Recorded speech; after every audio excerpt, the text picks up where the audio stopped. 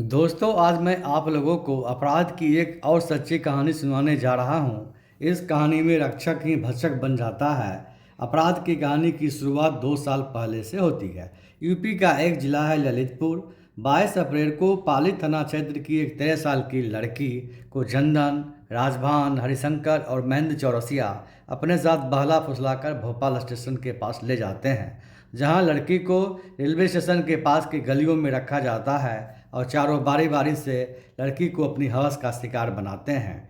3 दिन तक लगातार चारों ने लड़की के साथ रेप किया। चारों आरोपी 26 अप्रैल को पाली थाना के पास लड़की को छोड़कर भाग जाते हैं। लड़की थाना पहुंचती है और अपनी पीड़ा इंस्पेक्टर को बताती है, लेकिन इंस्पेक्टर को मासूम लड़की के साथ हुई हैवानियत सुनकर कोई भी फर्क नहीं पड़ता। इंस्पेक्टर ने मासूम लड़की को उसके माँ बाप को सौंपने के बदले लड़की को उसकी मौसी गुलाब बाई अहिरबार को सौंप दिया और बोला कि 2 दिन के बाद लड़की को लेकर थाना पर आना। मौसी लड़की को अपने साथ घर ले जाती है। मौसी की नीयत भी साफ नहीं होती है। मौसी ने लड़की को आरोपी चंदन के पास 2 दिन के लिए भेज दिया। 27 अप्रैल को लड़की पुनः अपने मौसी के साथ पाली थाना पर पहुंचती है। थाना में लड़की का बयान लिया गया। शाम होने पर इंस्पेक्टर तिलकधारी सरोज ने लड़की को थाना में ही बने अपने कमरे में ले गया, जहां उसके साथ दुष्कर्म किया। फिर लड़की को उसकी मौसी को फिर से सौंप दिया। इसकी खबर लड़की की माँ बाप को नहीं दी जाती है, जबकि नियमानुसार लड़की को पहले माँ बाप को सौंपना होता है। किसी तरह यह बात चाइल्ड लाइन एनजीओ के अफसरों को पता चल जाती है। चाइल्ड लाइन के अफसर पुलिस के समक्ष पहुंचते हैं और लड़की को बुलाने की मांग रखते हैं। पुलिस अफसर लड़की को बुलाते हैं। चाइल्ड लाइन के प्रयास से लड़की को 30 अप्रैल को पुनः एक बार पाली थाना पर बुलाया जाता है। फिर पुलिस कागजी खाना फुर्ती कर लड़की को चाइल्ड लाइन एनजीओ के अफसरों को सौंप देती है।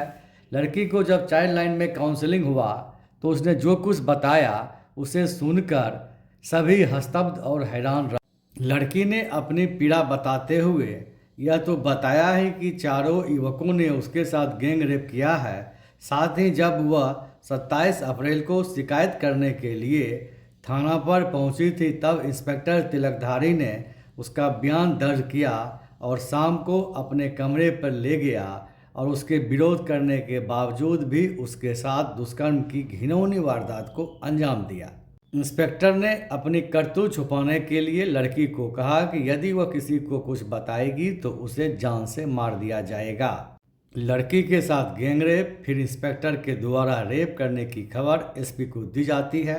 एसपी के आदेश पर पुलिस एफआईआर दर्ज करती है। लड़की के माँ बाप के बयान पर गैंगरेप करने के चारों आरोपी के अलावे इंस्पेक्टर तिलकधारी सरोज और उसकी मौसी गुलाब बाई पर पोस्को एक्ट के तहत मुकदमा दर्ज होता है।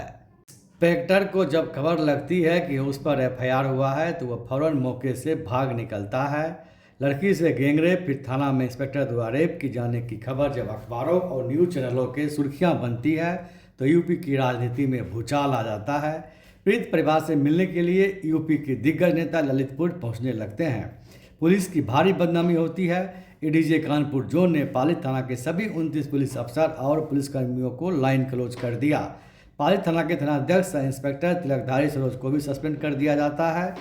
राष्ट्रीय मानवाधिकार आयोग ने यूपी के मुख्य सचिव और डीजीपी से शो कॉज किया। मामला हाई प्रोफाइल होने के बाद पुलिस ने चंद दिनों के अंदर ही सभी आरोपियों को गिरफ्तार कर जेल भेज दिया। पिछले साल जेल जनवरी को एक आरोपी राजभान ने जेल में फंदे लगाकर सुसाइड कर लिया। पिछले साल 2 मार्च को हाईकोर्ट ने आरोपी इंस्पेक्टर को जमानत दे दी।